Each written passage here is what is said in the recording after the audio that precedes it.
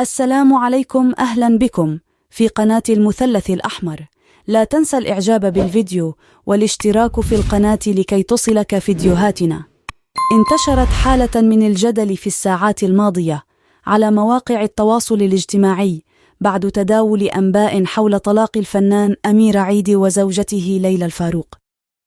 طلاق أمير عيد وليلى الفاروق.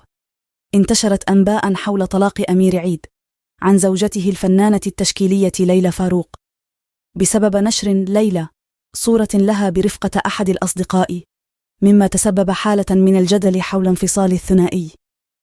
وجاءت أنباء الطلاق بعدما نشرت ليلى الفاروق صورة لها برفقة أحد أصدقائها عبر خاصية الستوري على حسابها الشخصي على موقع إنستغرام، وهو يحتضنها، مما أثار التساؤلات حول علاقته بها. وتسببت الصورة في إثارة الجدل لأنها جاءت بالتزامن مع إلغاء أمير عيد وليلى الفاروق، متابعة بعضهما البعض عبر تطبيق إنستغرام، مما دفع المتابعين لتخمين انفصال الثنائي وارتباط ليلى فاروق بالشخص الذي ظهرت معه. برأيك، هل تم الطلاق بالفعل أم لا؟